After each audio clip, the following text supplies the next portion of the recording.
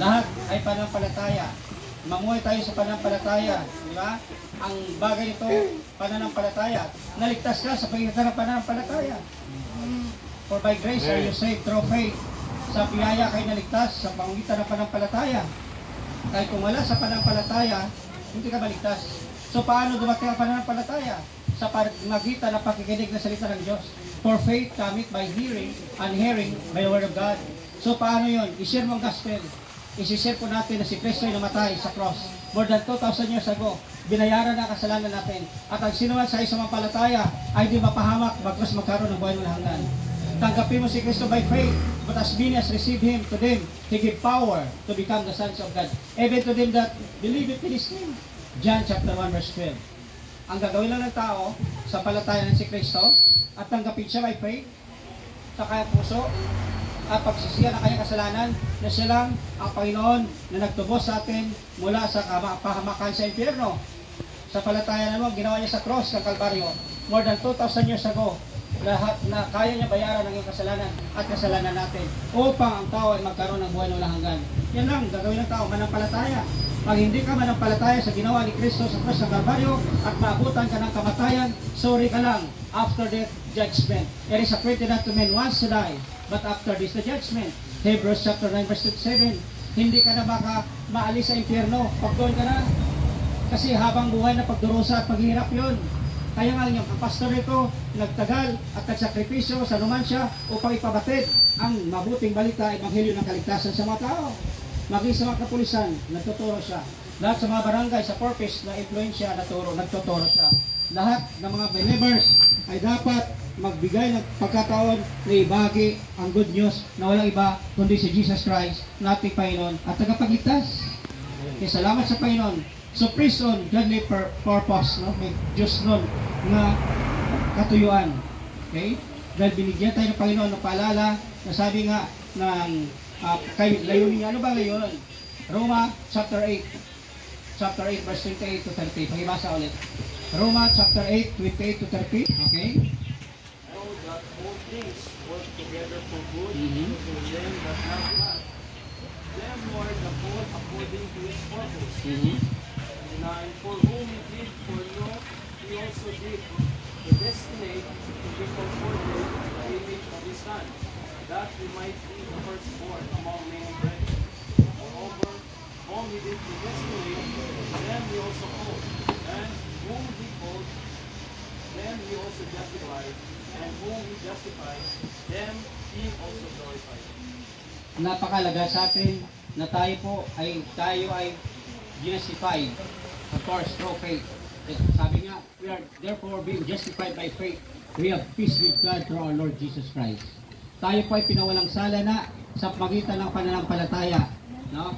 Kasi may plano ng Diyos, bakit narito ka ngayon?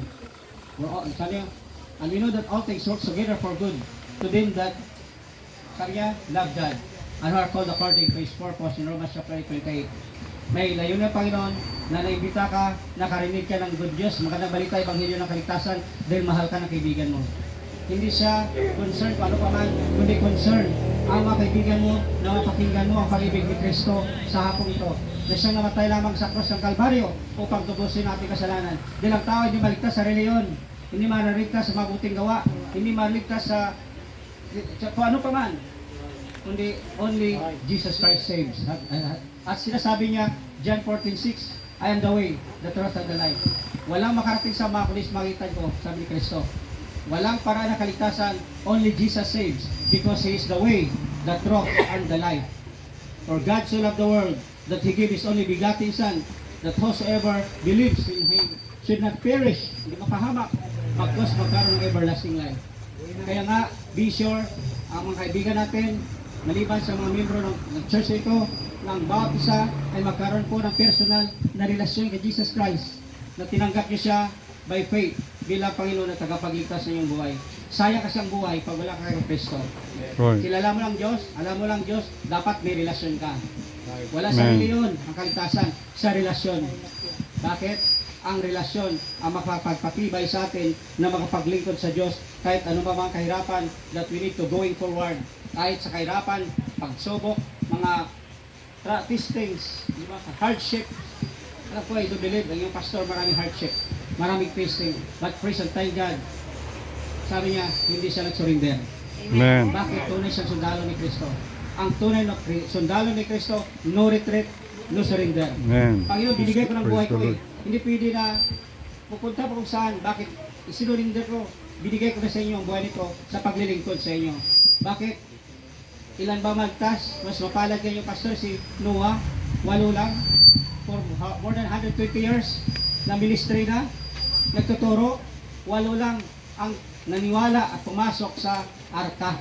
Right. Sabi nila, may anaw, may flood, may ganito mangyari, may baha. Sabi tao, anong baha? Ang init-init eh. Hindi pa nga nakakita ang tao ng kahit hamog lang ulan eh. Pero after 120 years na panahon, sabi nila, pasok na kayo sa arka. Dahil pag hindi kayo makapasok, babahain ng Diyos ang lugar na ito. Ang mundo ito. Ang tao tinatawanan pa, ay si Noah. Tililing na daw ito yan. Oh, si Noah, nagpupturo pa rin, nagsishare pa rin. Di ba? Pakidarn siya. Pakapalmukha na lang siya. Bakit? Utos ng Diyos eh. Go and preach the gospel to every creature.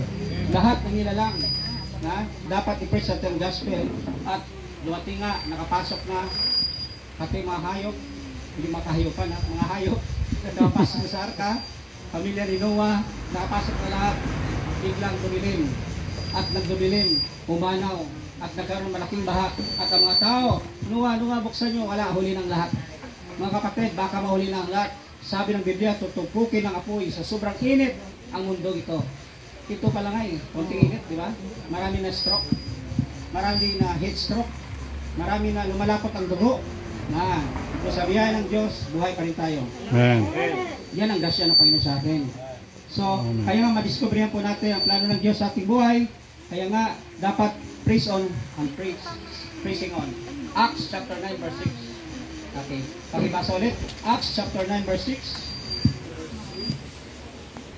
What wilt thou have me to do? And the Lord said unto him, Arise, and go into the city, and it shall be told thee what thou must do. So, anong gagawin ko? At magpatuturo ka. Sabihin mo kung anong ginawa ng Diyos sa buhay mo. So bilang mga believers, hindi po tayo dapat tamimi o tahimik. Na kung anong ginawa ni Kristo sa ating buhay, dapat ibahagi po natin sa iba. Dahil kayo at tayo ginamit ng Diyos na maging asin ng mundong ito, as He said that let your light so shine before men, that they may see your good works and glorify your Father which is in heaven. Amen. Hindi niya pwede gamitin ng hayop, pwede gamitin ng bato, ang gagamitin niya ang mga ligtas. Yung mga pastor na ito, si Pastor Florifil sa Makato, ginagamit niya ang family. Si Pastor Joy sa Kalibo, at kahit Carmel ang kanyang kapatid yan, mas mataas ito, general ito ng Diyos eh. Highest calling, amen? Amen. Ang kapatid, walang ano lang eh, bispo lang, ano lang, municipal, ano lang eh, police. Chief of police. Si okay lang siya, ito, general.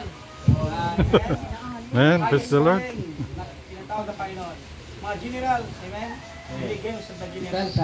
Bukas may pagtuturo kami sa police as well. Kala ko, tuturo ng Diyos sa general. Dumadalo niya mga 46 na mga bispo, no? Namaten. Pati si Sir, ano dito sa Luansya, yung COP, umatin din yan. Mga mispo, no? Salamat na makaministeryo tayo sa ating mga pulis, no?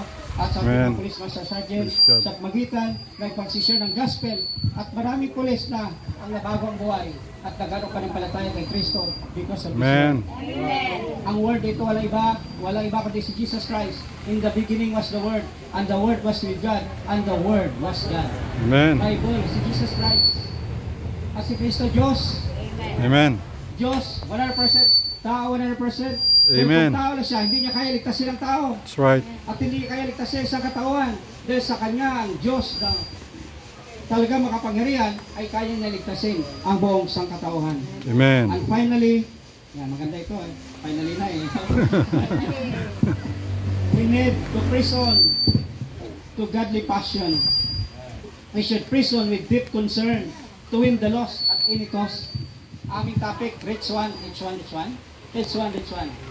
Nandun kami sa Mindan. Ito, retired colonel, o Brigadier General. Retired siya. Nagpastor kay Sir Bigo. General Bigo. Ang kanila naman, bring one each one. Wow. Doon kami Pastor Jace galing eh. No? So napakalaga sa atin Dahil marami pa tayo reach out sa lugar natin, okay? Sa Numancia, okay? Sa 17 provinces ng Aklan, marami pa po tayo reach out. Right. Dahil Amen. mahal po sila ng Panginoon. Amen. Kailangan po natin na huwag muna malagutan ng hininga ang tao hanggat walang relasyon kay Kristo. Right. Anytime, pwede na tayo malagutan ng hininga. Bakit? Napupunta natin langit na walang hanggan. Amen. Dahil may pangako ang Panginoon tayo, ang sinuman sa sumampalataya ay hindi na mapahamak, bagkus magkaroon ng buhay. Praise the Lord. Amen. That's right. Yan ang pangako ng Diyos na binigay sa atin. Basta, sabi niya, but as many as receiving to give the power to become the sons of God. Bilang mga anak ng Diyos, mayroon tayong karapatan na tawagin sa Ama dahil ang Ama natin siya, John 1:12. Amen. Bilang mga anak ng Diyos, ang ating kasalanan ay pinatawad na. Wow! Past, present, and future. Hebrews 10:17. Your sins and iniquities I remember no more. Right. Tayo, alalaan para natin kasalanan ng iba, ng ibang tao, pero ang Diyos, erase na yan. Amen. Makalimutin ng Diyos sa kasalanan ng mga pinatawad niya. Amen?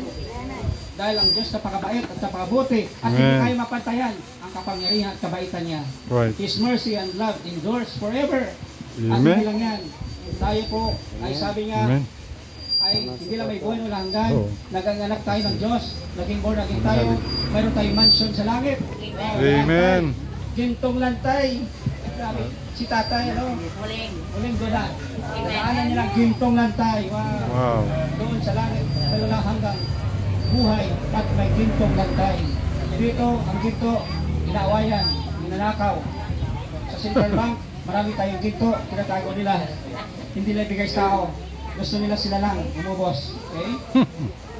Kaya nga, kung mag-digital currency na, going forward, in advance, wala nang pera. Useless na yan. Ang bangko nyo sa pera, hindi na magamit yan. Cryptocurrency na. Sa Hong Kong, digital currency na eh. Sa Australia, digital currency na sila. Hindi na ginagamit yung mga pira-pira doon. Card na lang, swipe na lang. Diba? Time will come, darating yan. At magulat ng tao, yung fiat money, hindi na magamit. Kaya ayaw ni Putin tanggapin ang pira ng dollar ng USA. Pagbili nila ng langis, dahil ayaw niya ng fiat money, Mickey Mouse money. Gusto ni Putin ibayad gold. Gold backup. That's why dapat may file na kayo ng gold backup. Okay, cryptocurrency. Okay, hindi tayo magtagal yan sa cryptocurrency. Yan ay future yan. Yan may mga artificial intelligence na tayo. Hindi na kailangan mga tao balang araw. Bakit? May mga robot na nagtatrabaho. Diba? Dami pa na mangyayari sa mundo ito na magulat lamang ang mga tao. So as we hurry on to them, of course, sabi niya to na ang paglilingkod sa Panginoon, alam po natin ang pagdating ng Panginoon malapit na. We don't know when the time is. Hindi natin alam kailan. But of course, ang Panginoon ay malapit ng dumating. Just like a thief in the night. Katulad isang magnanakaw, darating, hindi mo alam kung kailan. Ang magnanakaw, hindi man napapaalam na bukas kukunin ko ang wallet mo. Hindi papaalam yan. Darating siya na katulad ng magnanakaw ating Panginoon Jesus. At anytime, any moment, darating siya. Isang-isa pata. Pagtunog ng trumpita, tayo mga buhay kay Kristo ay dadagitin. Paikas. Paano naman ang matira? Yun ang kawawa.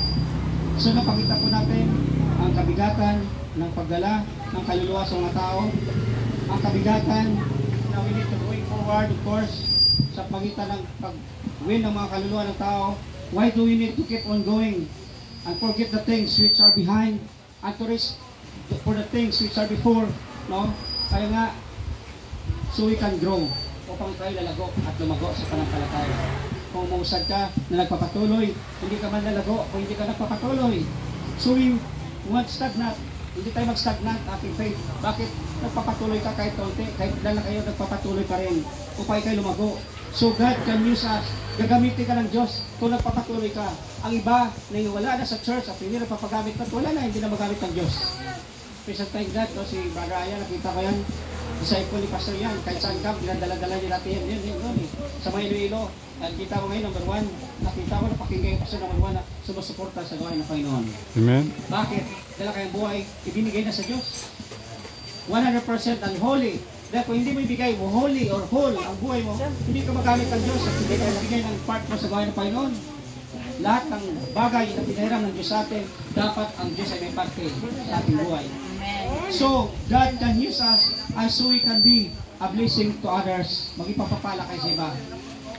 Sabi nga ng people namin, bago bumalik sa lugar niya, Sabi niya mayroon, may bigay ako sa yung pastor na yun, DJ. Yung DJ. Yung DJ na yun. Basta DJ daw eh. LG. LG, bigay hindi cellphone, LG.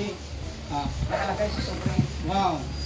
Tapos, nakabili pa kami ng air condition. Nakita niyo yung pastor na dahil sa LG niya, nag-gift niya. Bakit? Napapagamit sa Diyos eh. Pinagpala si Lord. Hindi ka man pagpalain ni Lord pag hindi ka ganun ka sa gawain pa yun. It is more blessed to give than to receive. Yan ang ako ng Biblia. Mapalad ang magbigay sa tumatanggap. So believers, mga giver pa rin tayo po sa ating church. And praise onward, praise forward, and praise upward. And of course, what will you do? Will you praise? Amen? Amen. Tayo ba'y magpapatuloy? Tayo ba'y maglingkod ng kapatatan? Okay? Dahil sa ating panampalataya, so that we need to keep on keeping on, mga believers. Ano man mangyari sa ating buhay, hindi natin alam. Ano man mangyari sa ating ekonomiya, hindi po natin alam. But we need to praise on, keeping on, going forward sa ating paglilingkod sa Panginoon. Tanda po natin, or without God, we can do nothing. So without Him, wala tayong magagawa.